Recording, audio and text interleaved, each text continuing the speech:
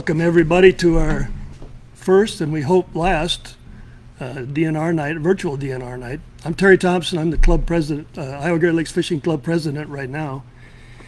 So COVID has really wreaked havoc with everyone's lives. It's it's just a terrible thing that's going on. So everybody's making some adjustments. So our club has had to make some adjustments to do stuff that we usually do and try to keep our membership involved and keep our club moving forward. So we got a little bit creative here. Paul Daniels, who is one of our board members, has kind of modeled this night after their Pheasants Forever fund drive. So big thank you to Paul. He's really done a great job since he took over as our Facebook administrator about a year ago and has really kept the club moving forward. He did some nice photo contests this summer, big fish pictures, and gave away some prizes. I think that worked very well. At least kept our club in the mix a little bit. We also need to thank Adam Leibarger, who is the director of Camp Autumn. He's provided a lot of expertise. He's provided the equipment. And so we appreciate all the help that he's given us for this event tonight. And I'll mention this right away here. On February 13th, we're going to have our fishing club will help with the fundraiser at Camp Autumn. Last year, we had over 120 people that showed up for that, and they raised, I believe, $2,300. So we're hoping that COVID will let us have that event again this year, and hoping that we can grow that event for Camp Autumn. It's a great thing. It was a lot of fun, a lot of big crappies. Our fishing club has done some structure down there, and it really has improved the fisheries. So keep your mind about that and see if you could come down on the 13th for that event. Camp Autumn is west of Royal, about 6 miles and 2 miles south. So for those of you that don't know where it's at. So about this night, we had to come up with some ideas to keep our membership growing.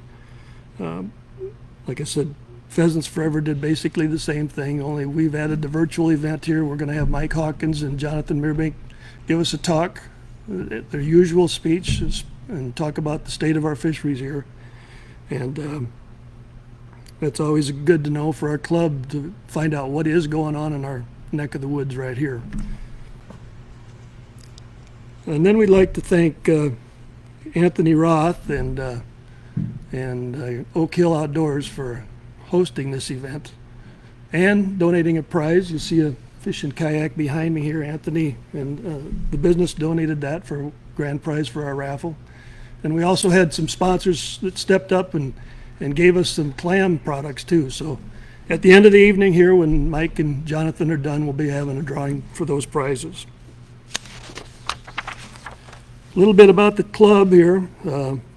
Club was started in the late 60s by Jim McDonald and several other guys. It started out as a muskie club and evolved into the Iowa Great Lakes Fishing Club. And at the time of Jim's death in 2012, he had been the only president. He was president for 44 years. And early in that, in the late 60s, early 70s, our club had a membership of well over 300 members, paid membership. And for whatever reason, by the time Jim had passed in 2012, paid memberships were down to about 90. And through the hard work of board members and club members, we've been able to raise that membership back up. At our last year's DNR night, I think I announced that we had 260 paid memberships at that time. So doing this event so far, we have garnered about 160 of those memberships, paid memberships back, both new members and old members. So hopefully we'll gain some more. We got a ways to go, but at least it's a good start. So some upcoming events. Our wild game feed was scheduled to be early in January at Royal. That's an event where it is what it is. It's a wild game feed. We have members that bring in wild game, pheasants, fish, whatever. And the money that's raised at that event is used for our McDonald Scholarship. And I'd like you to make a note of this. If you know of a high school senior, we've changed the criteria a little bit. Any high school senior that's going into education or conservation or environmental something or other is eligible for that scholarship. So they should get a hold of someone in the fishing club. I mean, we'll have a newsletter coming out. You can get a hold of me or Dean Jacobson at the bank, but let us know that you have an interest. And local guidance counselors should have the forms for that scholarship. Adam and Paul's going to talk a little bit about our new webpage that Adam and his wife Heather have set up, and there will be information on that coming soon for the McDonald Scholarship too. So I'll let Paul extrapolate on that a little bit, but keep your eyes on that website. It's going to be pretty cool. And then, as I mentioned on, let me see, we got one event before that. On February 6th, we'll have a kids ISU fishing day at Stolly's Pit in Spencer. Our club always helps with that, so we encourage any kid. It doesn't have to be, well, they have to be 6 years old, I think, before they come, but we'll probably waive that rule just so we get kids there. But we encourage them to come to that event. Our club will be there. We'll help them fish. We'll have a little demonstration on fish cleaning. We'll have food for them. So assuming there's enough ice on Stolly's, think about bringing your child or your relative or somebody out to that event. And then on February 13th, again, like I said, Camp Autumn fundraiser. So we hope you participate in that and show up on that day. So now I'd like to introduce Anthony Roth. Anthony is the manager here at Oak Hill, and we really do thank him and his crew for letting us have the evening here. So come on up, Anthony.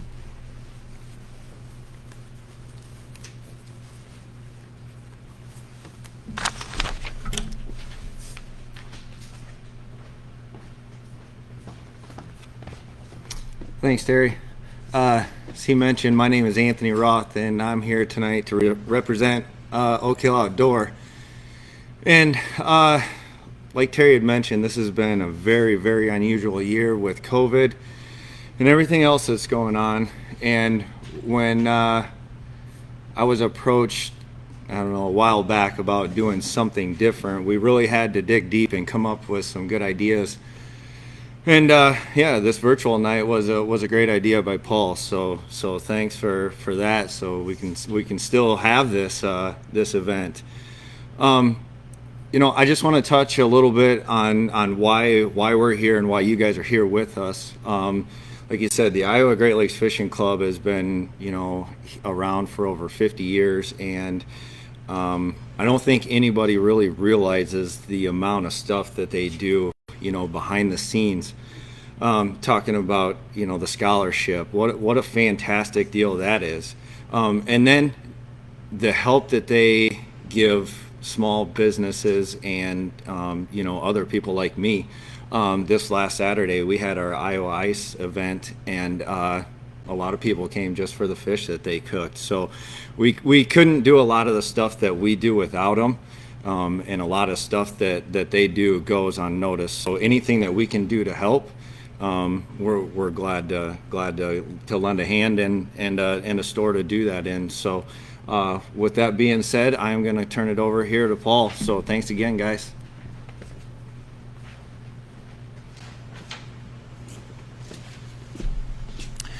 Thank you, Anthony. Anthony's been great to work with. Oak Hill Outdoor has been a tremendous presenting sponsor, so we really appreciate that.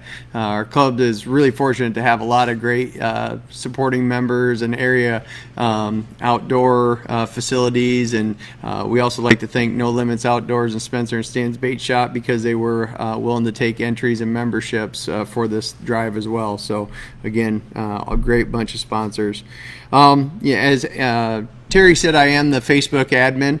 I also want to talk about, too, we have something kind of neat. The first thing I'm going to talk about, I'm not sure if everybody is aware of this or not, but the club, if you saw Terry, he had a nice pullover, he had a hat. We also have a really nice outdoor jacket, winter jacket. We have some fantastic stocking hats that are really warm. Just a lot of great apparel. So we love people to see the logo around. We give it at basically at cost, I believe. So just contact Dean Jacobson at Northwest Bank, 705 Grand Avenue. You can stop in, contact him through that way. You can also message me on Facebook, and we'd be glad to get some of that apparel out there. It's really nice stuff. Big thank you to Heather Leibarger at Heather Feather Design. Adam's going to put up the website here. We had a website before, but it wasn't very good. We really appreciate what they've done. She's donating her time and talent for this and saving us a lot on cost for putting this website together. It's a great website already, and it's just going to get better. They're adding more things all the time. What's nice about the website is it's going to give us the ability, or you, the ability to sign up for your membership online if you want to in the future. Or let's say you know somebody who is thinking about joining the club or wants to, they can go online and do that. It also has a link to our Facebook page, and it'll have, again, informational things, calendar, etc., etc. The website is actually iagreatlakesfishingclub.org. So again, iagreatlakesfishingclub.org. And what's really cool about that too is we have an affidavit feature on there. So a lot of people who are new to the club have been following us on Facebook, maybe haven't seen that or understand what our affidavit program is. It's a way for us to get information for the fish that people catch throughout the year.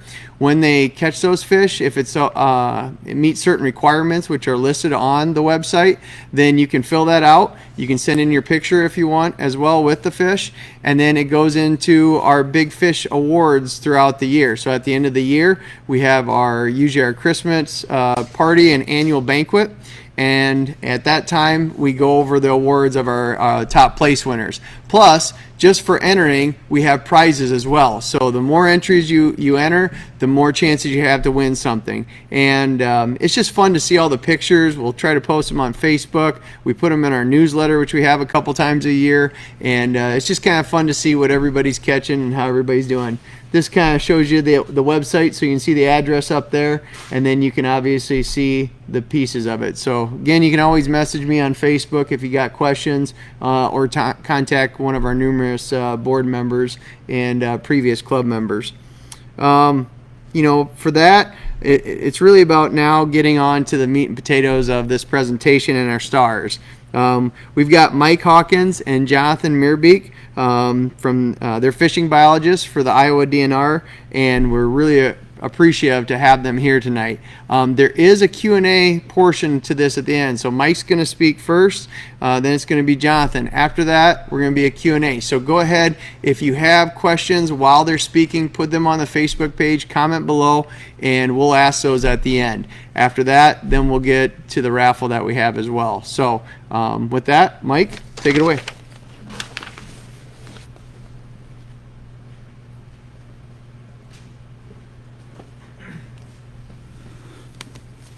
All right. Thanks, and it's always great to be here with the fishing club. I know it's different this year, but hopefully we can get you some information, some of the things that we're working on. And before I start, just thank the fishing club for all that they do.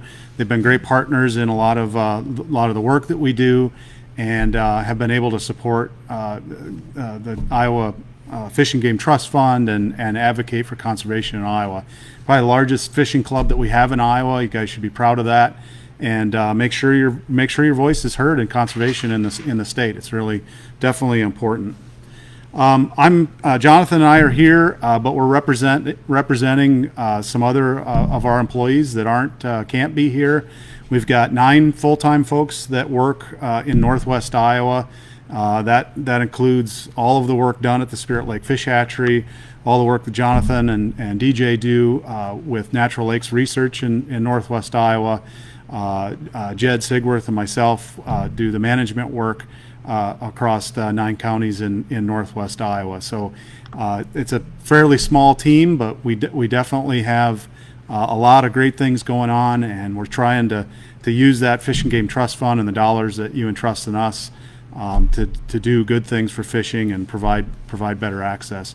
Always love to hear from you guys if you have comments or ideas. Some of the best ideas and projects that we have going really come from conversations with other anglers and folks that see some stuff that maybe that we don't. So with that, I'll just kind of summarize a few of some of the good stuff that's been happening. It's been a super busy year. It just seems like a whirlwind this year. A lot of projects going on. A lot of people out utilizing the resource. We'll talk about license numbers here in a little bit.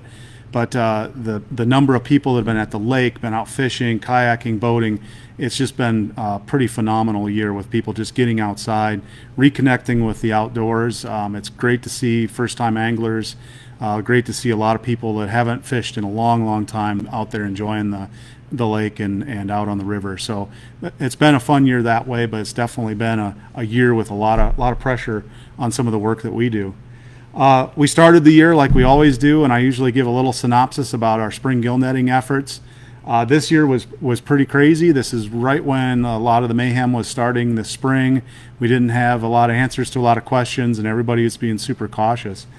We didn't have the crews that we normally do for gill netting. We only had 2 boat crews that did all of the gill netting for our broodstock walleyes in Iowa up in this portion of the state. And so we only went out for 3 nights, but the numbers were tremendous, and it speaks to the good walleye populations that we have on the Iowa Great Lakes especially. But some of the broodstock that were netted down at Blackhawk this year were also phenomenal numbers.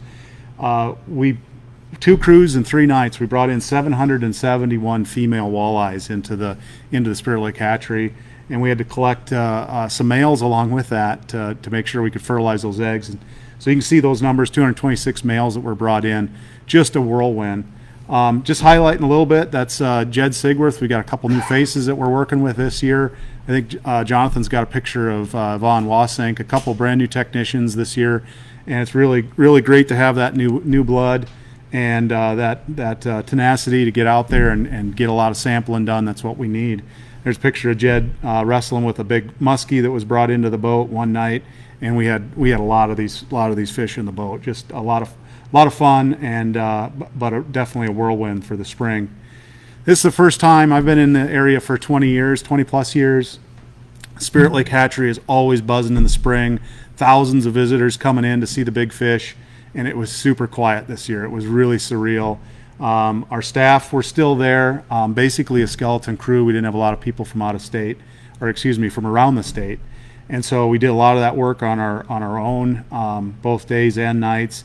But we got a lot of fish worked on. Here you can see Sean and Kim working on injecting walleyes with Coriolan, doing Coriolan injections. It's a hormone, a small injection that is given to our female walleyes that helps them come ripe. And we really couldn't have taken the eggs that we did this year without having that new technology available to us. And so that's something that's changed at the hatchery, and we're able to take advantage of all the females that we bring into the fish hatchery now with this new technology. Just for production numbers, and this might be hard to see some of these numbers, but we went to about 60% of production in the hatchery this year. And that is pretty good based on what a lot of the other states were able to do. A lot of other states didn't do their spring work this year, didn't collect those eggs, and so we were one of the few states to actually get out and still get that work done and get some eggs collected. So the sacrifice we made was the broodstock lakes were the priority for restocking with fry, and then we backed up this fall all of our other walleye lakes with some fingerling stockings, and hatchery produced some awesome fingerlings this year. They were 6 to 7 inches, big fat fall fingerlings for us, and so you guys should be able to start catching those in a couple years here. But you can kind of see all the numbers. About 46 million walleye fry were still stocked, and those big extensive raised walleyes about 93,000, and they did a bunch of northern pike fry as well. So some good numbers there, even given the circumstances. I want to touch real quickly on just some cool stuff that you guys are going to see this coming year. We've been working a lot on fishing access improvements. There's been some concerns about some of the boat ramps and courtesy docks, and we've finally been able to leverage some dollars, working with some partners, Spirit Lake Protective Association. Some of the walleye weekend dollars are actually coming back to some fishing access. Spirit Lake Protective Association especially has dedicated a lot of their funds that they're getting from Walleye Weekend and putting those back into amenities for the anglers. And so we've got a brand new boat ramp expansion project that just completed up at Orleans Park on Big Spirit Lake, and that's that project with Spirit Lake Protective Association. We have brand new courtesy docks at Emerson Bay and Hattie Elston, or the come and go boat ramp on East Okoboji. So 3 new docks. I'll show you a picture of those here in a second. And then we're working on some projects for next year, hopefully next year. It looks like the budgets are going to allow us to go ahead and get new courtesy docks at Highway 9 boat ramp, the Upper Gar boat ramp or Triggs Bay ramp there, and then also Templar Lagoon up on Big Spirit Lake. So some pretty exciting things there. These are the nice big commercial style docks. They should be easy access, a lot better for those areas. And then we'll be looking at some other needs in the future, immediate needs. Hale Slough boat ramp scheduled in 2025 to have some major improvements there, and possibly putting in a concrete ramp there to help with that ramp. It's kind of a maintenance nightmare to try to keep up with that ramp, and so some concrete there would really help us out. So just a quick look at that. There's a brand new picture from the Orleans boat ramp. Did a 15-foot expansion to that ramp, and it'll allow us to put a brand new courtesy dock, courtesy of the Spirit Lake Protective Association, right down the middle of that ramp. And that courtesy dock is going to be long enough that people can tie up to it to go use the restroom or visit the Spillway Drive-In there or the park. So a lot of good stuff there. There's a picture of a brand new courtesy dock at Emerson Bay. Like I said, these are the floating style commercial docks with the concrete pavers on top, and a nice new approach. Should be easy access, and even provide folks that need some better accessibility to their boat with a little better approach and a better dock height there. So those are built. They've been installed and now taken back out, and they're ready for next year at those two boat ramps. We did some access improvement as well at Templar Lagoon. This is some much needed access to clear that channel out so we can get boats back and forth through there. With the water coming down so fast this fall, that was a definite need, and so that hopefully will provide us some better access there for a few years. It has to be repeated every few years. We're doing a lot of work on shorelines in the Iowa Great Lakes and some of the other lakes, and identifying some definite needs, things that have been put off for a long time. Just an example of some of the things we're working on: East Okoboji Island. And I get this a lot. There's actually an island on East Okoboji, and it's right by Jingles Point there. A lot of our anglers know about it, about the island, just because it's a good fishing spot. There's a nice drop off to the east of the island. But that little island has been eroding with all the high water and really looks pretty pathetic. It's lost a lot of its soil off the top. And so we've got a project to actually restore the island, get some of that shrubs and brush off of it, and do some prairie restoration up on top. The contractor will be taking material from around the island, building that back up, and stabilizing the shoreline with some rocks. So just a kind of an important little landmark on East Okoboji, and hopefully we'll get it stabilized for the future. So that's a project you'll see happening early summer next year. We've done a bunch of improvements on some shorelines in this particular area is Hattie Elston, the Come and Go boat ramp, removing a lot of invasive trees and brush, and we'll get some prairie planted back in there in the spring, leaving some of those big oaks, those native oaks, still on the shoreline. But that was in need of some stabilization. We did part of that with rock, and then you can see here some coconut fiber logs that have been used to stabilize part of that shoreline. And very briefly, we have actually a full presentation if anybody's interested in this project up in Anglers Bay, in the bulrush area in Anglers Bay. So important to the fishery on Big Spirit Lake, and we're trying to do some things to protect that bay for the long term. The photo here, you can actually see all the native trees that are there, but we've got about 95% of the trees that are in there are green ash, and as everybody knows, the emerald ash borer is on its way. And so we're going to be doing a bunch of forestry management in here and some prairie restoration, and really improving that. And that's actually going to protect that aquatic habitat as well. So really important multi-phase, multi-year project that's going to be happening in Anglers Bay. And hopefully everybody loves the look of this, the oak savanna look with some of the basswood and oak that'll be left. And we'll be doing some tree planting in there as well to kind of take that up and do some good things there in Anglers Bay. A lot of extra shading that's occurring over those bulrushes, and we want to try to open up that canopy as much as possible. We've got some shallow natural lake projects that are coming online. Diamond Lake and Little Swan, we finally had low enough water where we could eliminate the carp populations there. Those water levels will be coming back up next year with restocking, and we'll be putting a diverse fishery back into Diamond Lake and Little Swan. And in 21, we're going to be working on Elk Lake, and next fall on West Swan Lake in the Ingham Lake complex over there south of Esterville. And a lot of work to be done there in that Ingham Lake complex to try to make that fishery better and better habitat. Photo here is actually of Little Swan.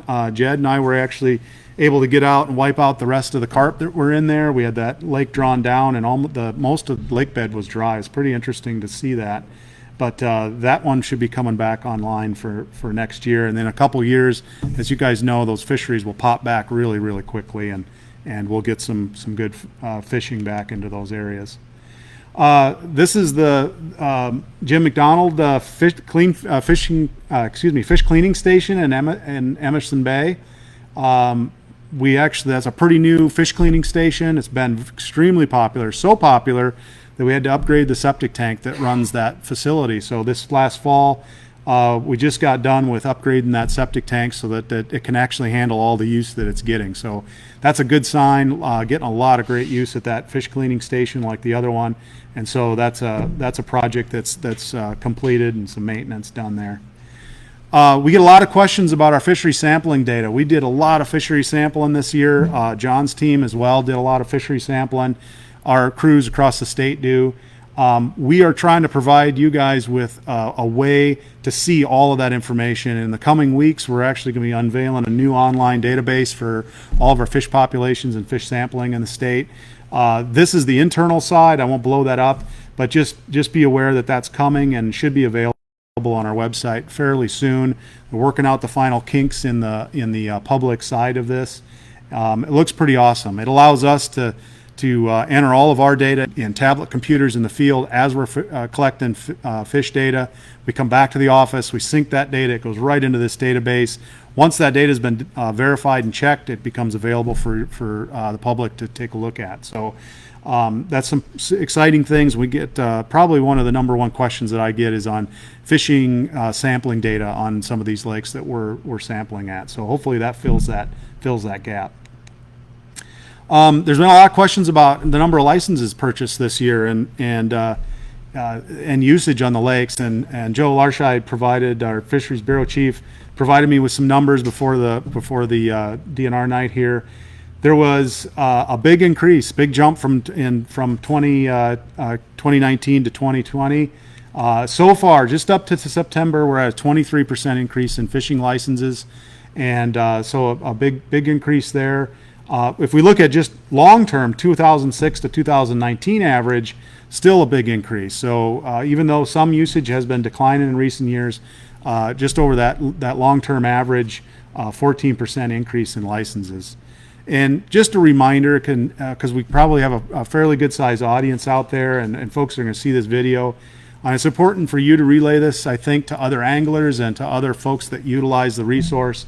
But those dollars, that hunting, fishing, and trapping license fees, they go into the Iowa Fish and Game Trust Fund. And that trust fund in Iowa is constitutionally protected. It can't be used for any other purpose in the state. And it can only be used for fish and wildlife related research, education, management, and the expansion of outdoor opportunities in Iowa. And it's really important. I always emphasize this, that this is your fund as anglers, and we're tasked with making sure that those funds are utilized in an appropriate manner. So that's really important. The status with the fund, there's been some changes over the last few years, and the Iowa Great Lakes Fishing Club was instrumental in trying to help shore this fund up. New legislation passed in 2018 that did a few things. The first was it gave us a little boost, 17% increase in fishing license fees, but then it changed the way that fees and licenses are increased in the future. Instead of having to pass new laws to do that through the legislative process, it granted the Natural Resources Commission the ability to raise fees when they felt that it was needed. The legislature set a limit of 5% per year, so it can't go up by very much. And so what that necessitates is that we have some regular increases so that we don't lose pace with the cost of living. And so there's a process that's being developed to kind of put those increases into place. And there's a stakeholder group that's being formed through the Iowa Conservation Alliance, and the fishing club really needs to have a representative on that alliance to help with that process and also help with advocating for the Iowa Fish and Game Trust Fund. So that's all I'll say about that. But I think it's really important for anglers to know where their dollars go. It doesn't go to fixing potholes or doing something else in the state. This goes right back into conservation in the state of Iowa. So. With that, I'll close. Before I do, I just wanted to thank John Allen and Aaron Jenkins. John Allen was an extern that we had through Okoboji Middle School. Great individual. Was good help through the year, and he took a lot of our science and a lot of the things that we do. He's taken that back to the classroom and using it back into the curriculum that they have. And so John was a great help. And then way down there in the bottom right was Aaron Jenkins, was our 6-month seasonal position this year, and things really worked out well, and we got a lot of good sampling done and visited a lot of resources. If folks have questions about individual lake sampling that we may have done this year or last year, you're always welcome to give us a call. We've always got time to talk with our anglers. So, and then I think we'll take some questions later, but Jonathan's up, talk a little bit about some of the research that we have going on.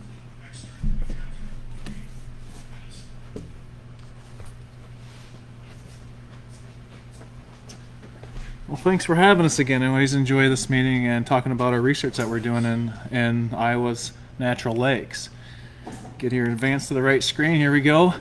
I'm Jonathan Meerbeek. I'm the research biologist, and my team consists of DJ Vogler. He's the technician. And I have another third employee, is Vaughn Wasank, and I say a third because he's shared between research, management, and the culture team. So that's a new employee that started this spring, and he's been instrumental in getting our work done this year since our research team has not had a 6-month seasonal. So he's been a very good help here. He's doing some diet samples from fish that we collected this year. But I'll be talking, our research spans from muskies, walleyes, bass, largemouth and smallmouth, yellow bass, and shallow lakes research. So I'm just going to briefly talk about a few real neat projects that we got going on and can make a difference in terms of anglers' catch rates on fish and so on. Muskie research, we've done a lot of that, and I've talked about our findings here at other meetings, and we've been doing a lot of telemetry. If you've been out on Spirit Lake at all within the last 4 years or 5 years, you've probably seen this boat out on the water, and I've probably made your day a little bit wavier than normal because I'm out there trying to look for some fish that have transmitters in them. Since 2016, we've put transmitters in 130 of our spring stocked yearling muskies, and we're really interested in their survival. We documented a real decrease in their survival rates in the 2010 era, and we're wondering what is impacting their survival, as our populations were decreasing at the same time. So we ended up putting transmitters in select fish and looking at what they do over the summer months and seeing how many of them survive. So we've been doing that, like I said, the past 4 years, and what we found is that a little bit of length and better condition makes a lot of difference. In terms of what we normally stock is about 12.5-inch average size fish in May. Their chance of survival is about 50%, we found through our telemetry work. If we can just get that fish a little bit bigger to 13.5 to 13.6 inches, we can increase the survival by 35%. And our telemetry data backs this up. So our hatchery process has changed slightly. Instead of stocking in May, we hold back fish and try to get a grow out period and stocking them in June so we can stock the best quality fish that we can. And this bigger is better philosophy has improved our muskie populations. Well, we started to think outside the box a little bit too, since we have a research facility down in Rathbun that has this what's called a RAS culture system, and that's recirculating aquaculture system. What that basically means is that there's a huge tank in this room, about a 5,000 gallon tank, and that water gets recirculated through the system and it's cleaned by this biofilter. And what it does is it reduces the amount of water that we use compared to flow-through systems. It's invasive species free, which is a big deal because all the zebra mussels and everything else that we have going on in these systems. and they can control the water temperature, the diseases, and everything else. So we had an actual leg of an opportunity, I guess, to use that facility to rear muskies, which has never been done in Iowa. So our research biologist down there took 4-inch muskies in July from the Spirit Lake hatchery, brought them down into this RAS system, and just did an experiment to see how big it could get them. Here's what they looked like in the larval tank. So this is one of the smaller tanks, and as you can note that they looked really good in coloration. Now these fish are only fed pellets, and in the past pellet-fed fish have been known to do poorly in the wild, and have resulted in poor coloration of the fish. But in this RAS larval tanks, they looked really good. And this is fish that were raised in there for 120 until November, I believe, and they were about 12 inches at this point. And at this point, they were moved to the grow-out tanks, which are a little bit different configuration. And that different configuration really impacted these fish, we found through our experiment here. As you can note that the fish here has pretty extensive fin erosion on all fins, and even the caudal fin. It's even hard to get a total length on that fish. So we found that that grow-out tank really caused a lot of fin erosion. It also caused some interesting eye deformities that we found in a lot of the fish. In fact, 42% of the fish that came from this culture system had some type of eye damage. The bulging eyes can be resulting from some type of bacterial infection. And in fact, a few weeks before they actually got to Spirit Lake, they were a month prior to, they were diagnosed with a bacterial infection, and it actually ended up being not a good situation for the fish, in conjunction with their other stressors that they had in terms of moving from the RAS system into the Spirit Lake hatchery tanks. Anyway, what they did have going for them is that they were big. These fish were on average, the ones that we tagged were 16.5 inches in April, compared to what we normally produce is a 12.5 inch fish. So a huge product that the RAS culture system produced. However, it had these other things going on with them, the bacterial infection, the poor fin condition. What we want to see, well, will the length trump all those negatives against it? So we ended up putting transmitters in 36 of them and stocked them in April. And here we are stocking them at the Hale Slough axis. Actually, when we stocked them, we generally always try to see how they react. So we kind of go up to them and poke them and prod them to see if they have a good reaction to our stimuli. And these fish seem to do really well and move around. However, as you can see, we stocked in late April, and the timing actually coincided with the American white pelican migration, and they wreaked havoc on these fish. This was 2 days after stocking. That pelican over there on the right had a transmitter in it, and I knew that because I was following it as it flew, and then it would go back down, and it did that several times. It'd fly for about 50 feet and then go back down and rest. Well, finally it took off, so I went back to the spot where I last saw it, and I found these 5 muskies in that spot. So it had to puke up those 5 muskies before it could actually fly. That's how weighted down it was with those muskies. And you can see the size of those fish. So these pelicans can take care of our stocked muskies if they want to, and if they're stocked at the time the migration occurs. Not only pelicans, herons, great blue herons, we've docked in the past, but in this particular cohort, they took 5 of them. 4 ended up at the rookery, which is about 9 miles from the stocking location, and 1 was dead from just piercings from it. Overall, 5 more were suspected bird mortalities. 2 died from that bacterial infection that I was alluding to, and then 3 dead from fish predators, muskies and walleyes. And I saw those fish while tracking, just moving, and I knew the fish was in the stomach of that fish. Anyway, by the end of the experiment, we found that 67% were dead by 20 days post-stocking, so not very good stocking survival. And we only found that 2 or 6% of them survived 150 days. So we do have some information that these fish can survive. We just had a lot of negatives against this cohort, and we would like to repeat this study with with a better grow-out tank design, and maybe design of how we finish the fish, more days to feed with a natural forage. So there's going to be modifications to this technique to see if we can get them to survive, because we can get them big with this technique.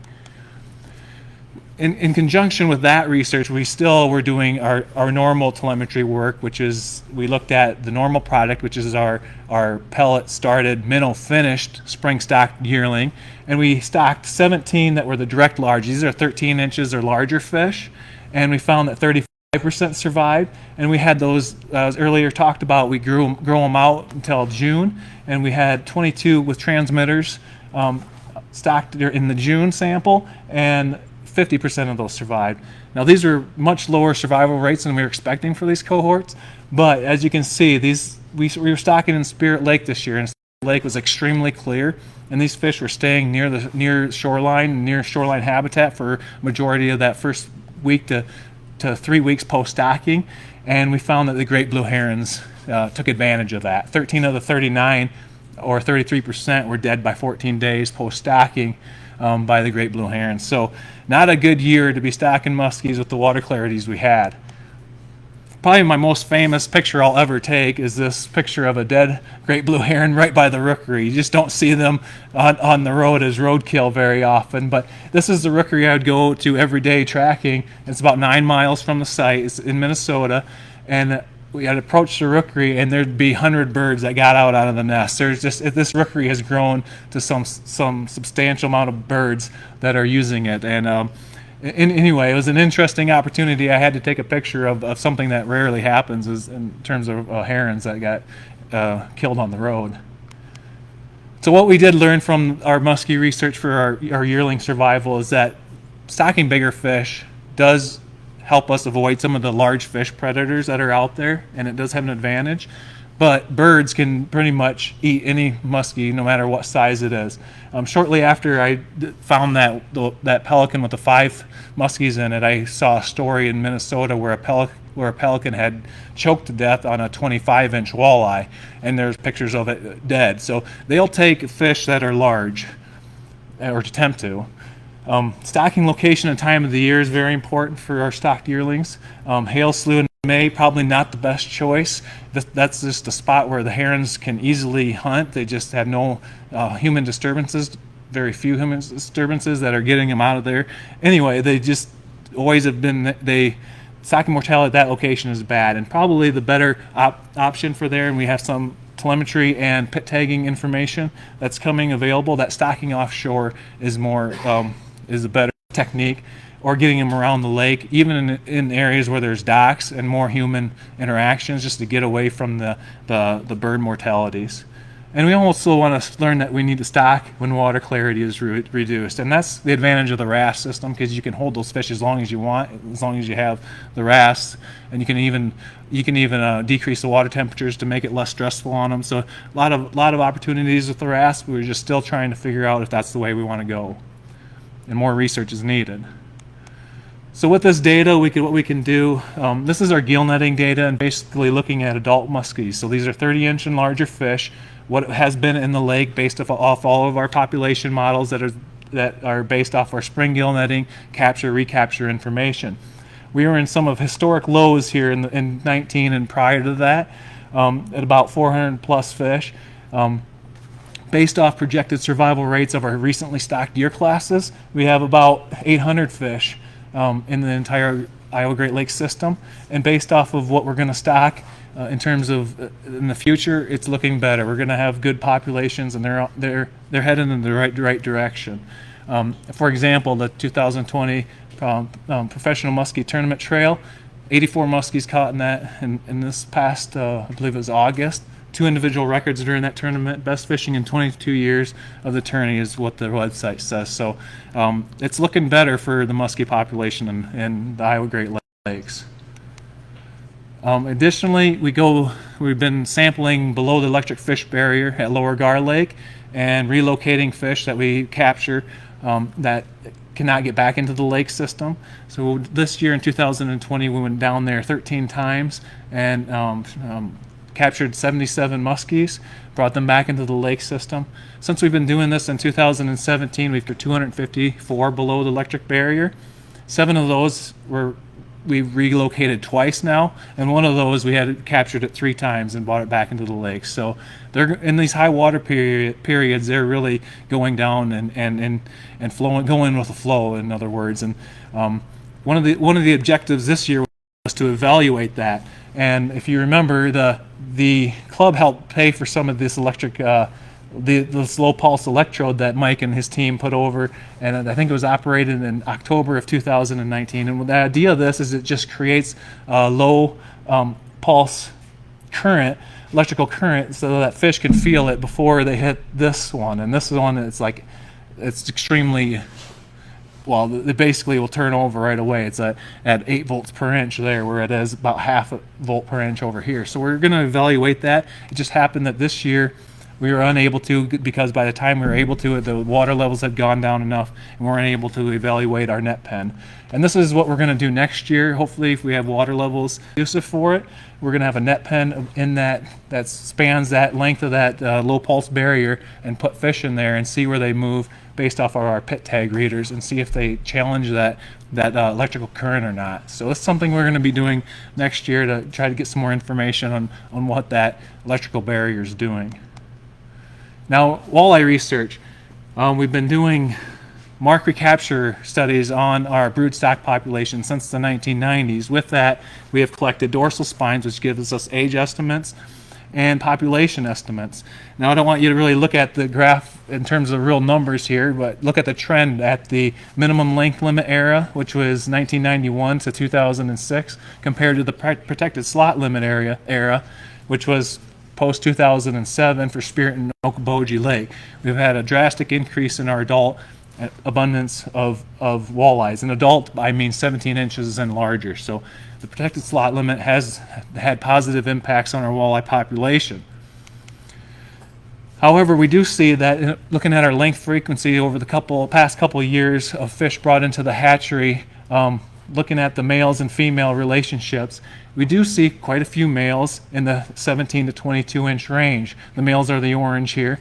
So they get, up to 20 to 30% of the proportion of fish that are actually brought in are males in that length range. And we always say to ourselves, do we really need this many big males in the system? So is there basically a better regulation option that'll give us less males in the hatchery, more males on the frying pan, and give us the similar amount of females, or increase our number of females in terms of regulation options for these lakes?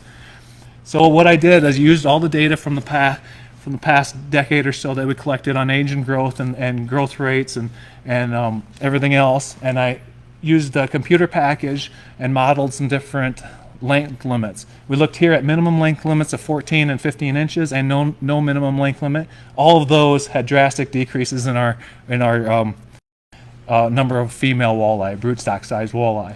A harvest slot limit of 15 to 19 inches was fairly promising, but on one of the lakes it did not work as well as our protected slot limits. All of the protected slot limits that I looked at, which were a 17 to 22, an 18 to 24, and a 19 to 25 protected, all of those had good numbers of walleye and would have fairly decent numbers of males, but the best one in terms of reducing the number of males was the 19 to 25 inch protected slot. What this slot would do is have a 16 to 40% increase in our male walleye yield. Yield is analogous to harvest, so you'd be able to harvest 16 to 40% more walleye. It would open up that 17, 18 inch size class to harvest, in other words.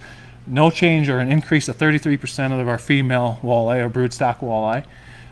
Now, this is just brand new information that I did a few weeks ago, and already got it up the chain to Joe Larscheid, and he has, and Carson, which he is our regional management supervisor. And we have support from them to pursue this regulation change. But we're going to try to have a public comment period. I'm not sure how that's going to look at this point, but we want to have anglers' opinions on these matters as well, as that is important to us, as well as keeping the adequate amount of broodstock females.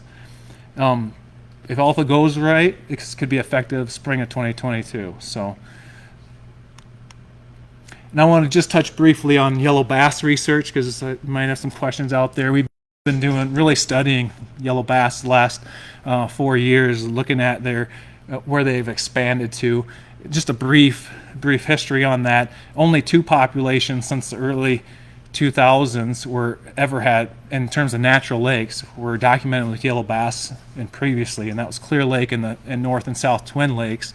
Since the early 2000s, this explosion of yellow bass in natural lakes, and we really don't know what it's going to do to some of these populations in terms of our interactions with other sport fish like yellow perch and bluegill and crappie. So what our objective was just to go do a bunch of sampling, look to see where they're at.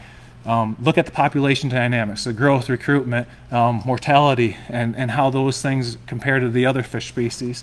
We also wanted to look at the competition with other native sport fish, changes in fish communities over time.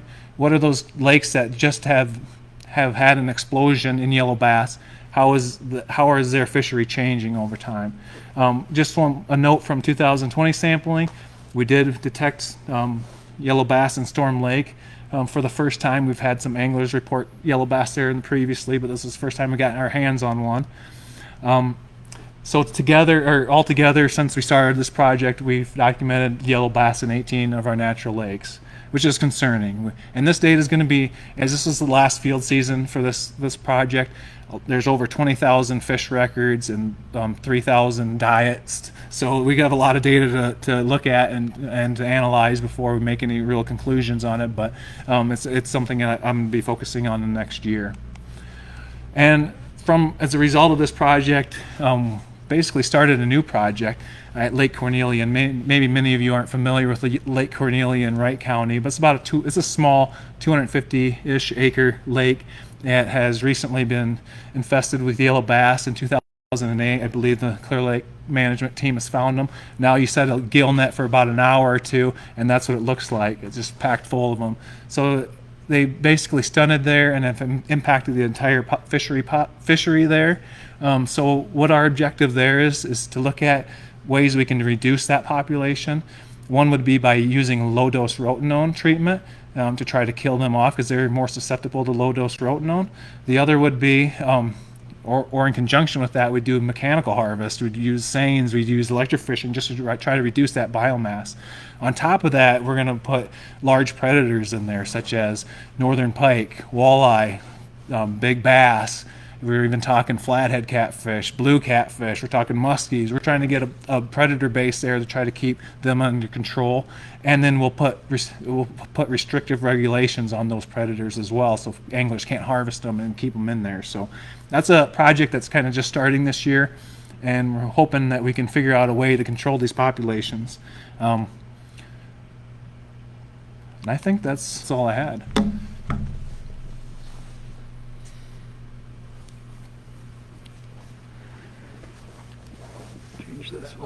This side.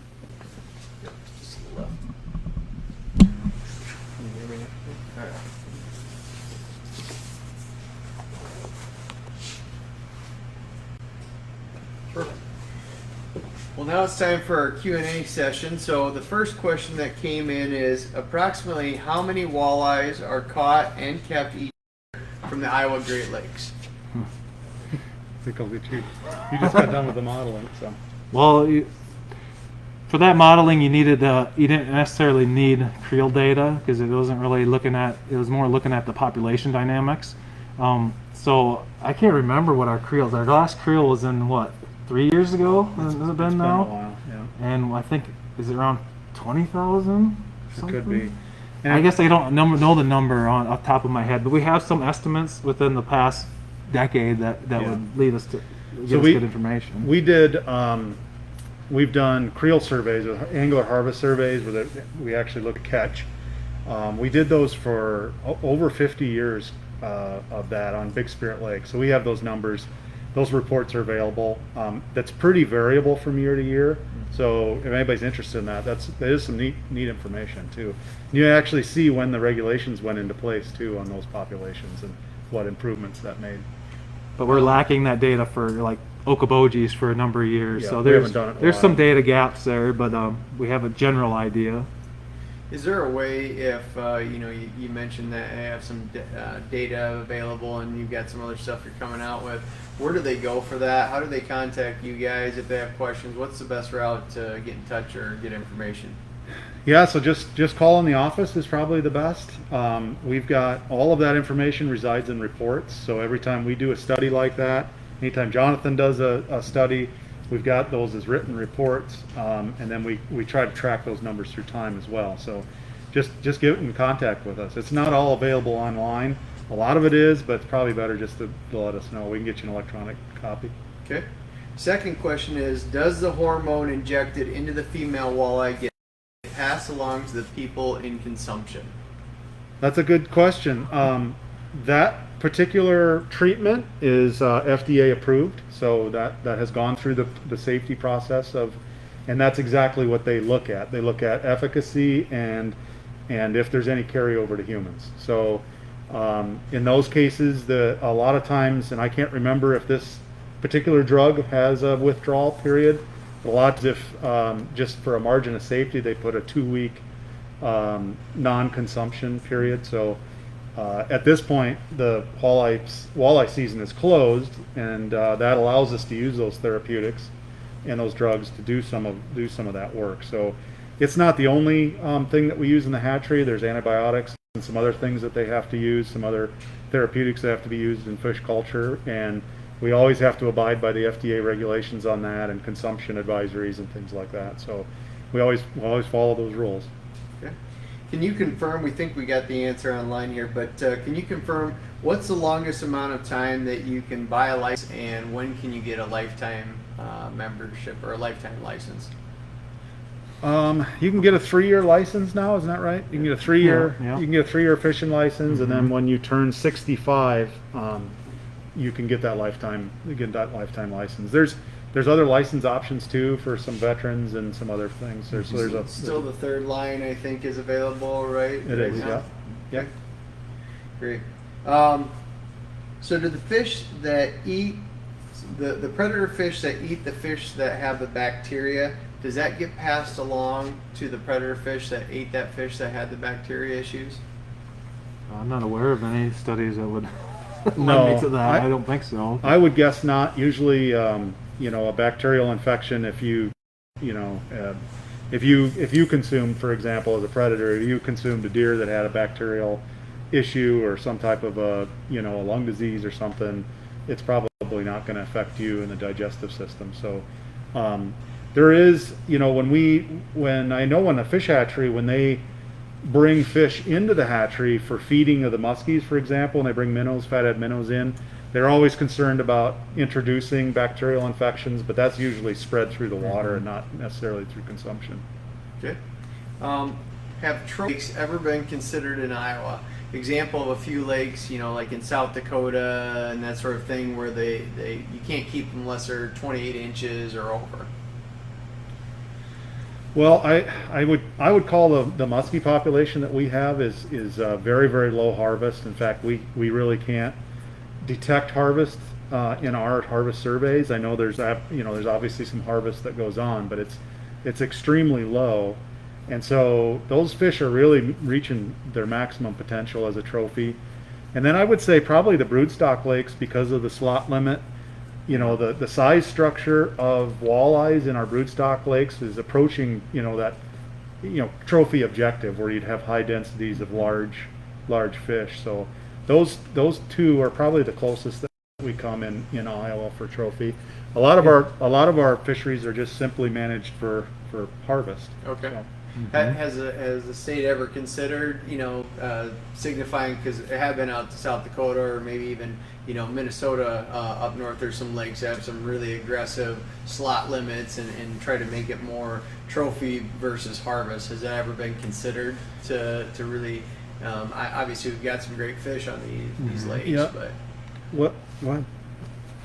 Well, I mean, it's a potential, but I mean, we like Mike was alluding to, that we're kind of harvesting or managing for, giving people opportunities to harvest fish, and we do have those opportunities to catch trophy fish. So Right. With our slot, and then with this proposed slot, I only think those opportunities are going to even increase, because the 19 to 25 is going to protect anything. Like now you can harvest something over 22. Well, it's going to give those fish a little bit more of an opportunity to grow to those trophy sizes, and it's likely to, with our longevity, we see fish 19, 20 years old in these systems. So it's definitely possible that that could have an impact. Yeah, and so a lot of times regulation isn't necessarily responsible for that large size structure. So even changing a regulation, for example, muskies are a good example of this.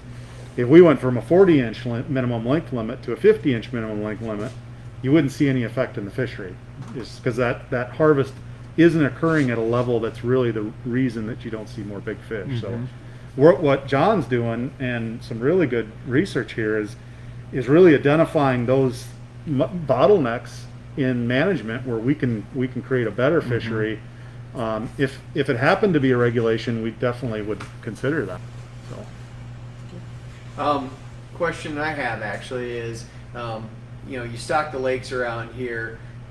Can you tell us a little bit about stocking of rivers, like when it happens, how much you stock them, what rivers around here you might stock? So the Big Sioux River, the Little Sioux River, and the West Fork of the Des Moines up here in northwest Iowa have multiple stocking locations for walleyes, and that's the species that we put in our rivers up here. Those go in June, and they're 2-inch fish. So there was a lot of research back in the 1990s looking at walleye survival and stocking methods into our rivers. And that research indicated that these 2-inch fish were necessary. We didn't need to get them any bigger. And if we stocked them any smaller as fry, they didn't make it. But these 2-inch walleyes did amazing. And that's really, when you go fishing out in any of our rivers in Iowa, those 2-inch or those walleyes that you catch are come from those 2-inch fish that we stock. So we've got multiple stock locations, and hopefully, as long as we have walleyes, we try to get those all stocked in June. Awesome. And this will be our last question, unless something else pops up here or somebody here. Like low water on the rivers, what do you see happening? Walleyes going to make it through the winter? Well, it's tough on them. I mean, there's really nothing you can do. You kind of got to sit by and watch, which is really hard to do. But we've seen some low water conditions in the past and seen walleyes and fish survive. We also know that those fish come back super fast. Walleye growth on the river is phenomenal. It may take 3 to 4 years to get a walleye to 14 inches in Big Spirit Lake, for example. On the river, on the Little Sioux, it's 2 years. Those fish are 14 inches, so about double the growth rate on the river. And so they'll even if we do lose some, those populations will bounce back really, really quickly. So what is, if any, the natural reproduction in the rivers around here and the lakes? Is there any, and if so, what percentage? for walleyes, Yeah. the rivers have none. None that we can detect. So we don't see natural reproduction of walleyes, successful natural reproduction. They're going through the motions, but we don't see those fish, and that's statewide. We just don't. We see some on the Missouri and the Mississippi River, but not on the interior streams. It's very, very limited. The lakes are also really limited. We do see, like Lost Island Lake, for example. There were some years where we were actually marking the walleye fry that we were stocking, so we could tell whether the fish we caught later were stocked or whether they were naturally reproduced. And there's some years where maybe a few fish do some spawning and successfully get fry off, but most years it's near zero, and that's what the research indicates. It is. I recently looked at that at Clear Lake too, and there's years that I think we had 6 to 7% that might have been natural, but for the most part it's zero. But Yeah. Well, I think that goes back to the value that you guys bring to this area and across the state, and it goes back to the license thing that you mentioned. Without funding, you guys can't do the stocking that you do, which turns around and impacts all our fishing opportunities. So, Yep. it just goes to, if you want to fish, take people fishing. Everybody benefits from doing it. So we Yep. appreciate your help. And then last question, it looks like, is, back to the licenses. With the third line, and I believe it is a case, but you can confirm it. I think you have third line every year, correct? Because I don't think you can buy the third line in a 3-year That's slot. Yep. Yep. Okay. Well, I don't see any more questions on here unless somebody here has a question. Oh, And there was a comment, thanks for the great job on raising or considering raising the length limit in the future. Okay. And we'll just have to watch. And obviously, if you guys have information, we'll pass along for you, with the public forums or however you're going to try to get information on that out. I do have one question. You and I talked about it a little bit before, Mike, but zebra mussels are good and they're bad. It's a good part of water clarity overshadowed the bad part of the infestation on the docks and the water systems. That's a tough question. Yeah, it is a tough question. Zebra mussels are spreading too. We're seeing them in more systems. We're detecting them in more places.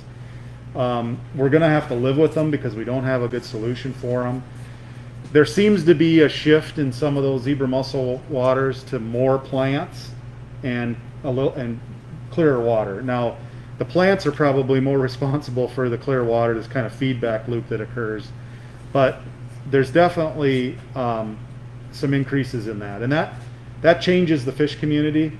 East Okoboji is a really good example of a changed fish community. It is completely different than it was even 10 years ago. The panfish numbers have just exploded in Okoboji. And so there's definitely some trade-off there. They're a pain in the rear when we're doing anything out on the lake. But I guess we'll take the good with the bad. If they're going to be a pain, then we'll have to acknowledge when they're actually giving us some positive back. But West Okoboji has had a doubling in water clarity over the last 20 years. And a lot of that's come in the last 5. I mean, there was this solid trend that was occurring before that, but over the last 5 years has really accelerated the amount of water clarity on West Okoboji. And that changes fishing. It changes the fish community. For some species, that's for the better. But for some fishing activities, that gets tougher too. So, and changes how you do it. Have the zebra mussels reached the plateau? Are the populations leveled off, or are they still increasing? Or can you really determine that? I don't know what their level is. I mean, I know they're cyclic in nature, kind of like the walleye stuff, and that they'll have, like on the Mississippi River, they'll have 1 year large die off, and it might take them a year or two to come back.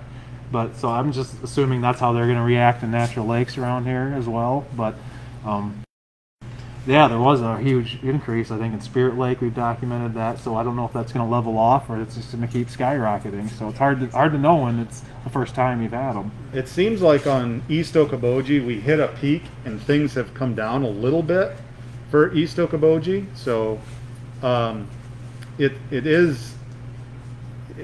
may be cyclical. They may moderate at a little bit lower level, and that may be the case on East Okoboji. It seems like the numbers of zebra mussels on West Okoboji have actually increased over the last couple of years. But it seems like parts of the lake are affected and other parts may not be as much, so it's you got variation within the lake as well too. So we do have a research team that deals with invasive species, and they monitor like veliger numbers, which is their young. And from a research meeting last week, they documented this is one of the highest years they've ever seen for veligers. So if it's going to be lots of adults, it'll be next year that you'll really notice it.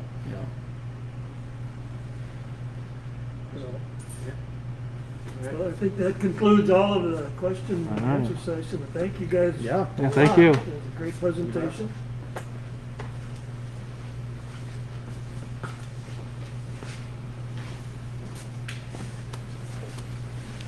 Well, I think we'll move on. We'll do our raffle. The first raffle that we're going to do is for the 3 extra raffle items. So that's a clam thermal, a clam flip over, and then a clam float ice suit. Now, the winner can pick up the prize here at Oak Hill. Anthony has agreed to hold them here. And so all you need to do is bring your name in, and we'll keep who has won the prizes here. So Anthony will know who's got them. Go ahead. Which prize is for, sir? Pardon Which me? one are you going to do first? Okay, we'll do the float suit first.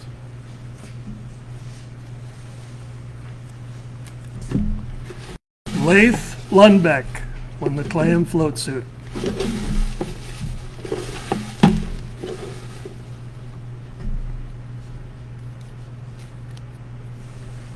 This one is going to be for the hub. C560 thermal hub. Dick Gokin.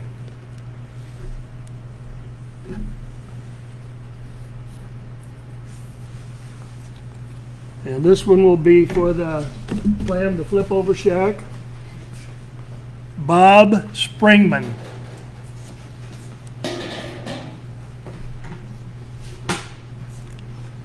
Okay, Dean has to reload the tumbler for the kayak raffle. So while he's doing that, I have a few things that I forgot to mention.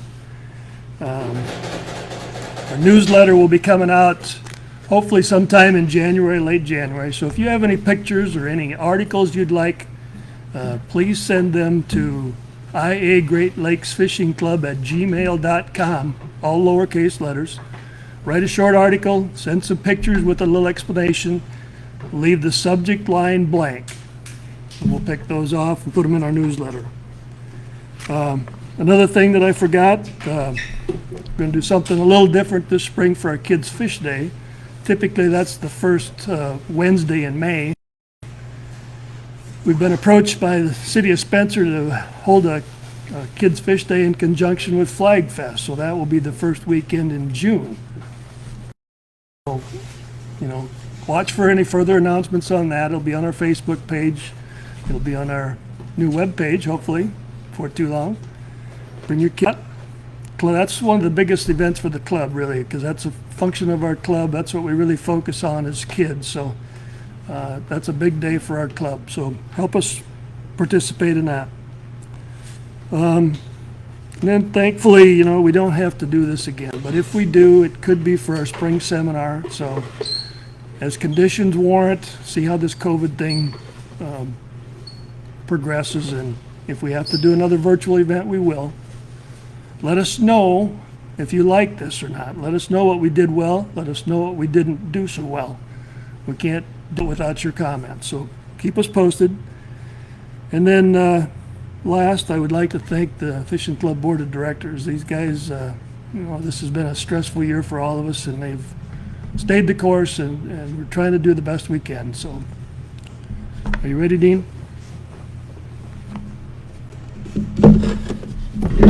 This will be for the fishing kayak donated by Anthony Roth and Oak Hill Outdoors. It's a $500 kayak.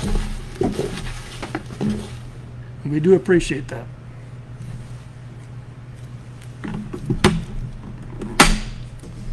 Jeff Burns.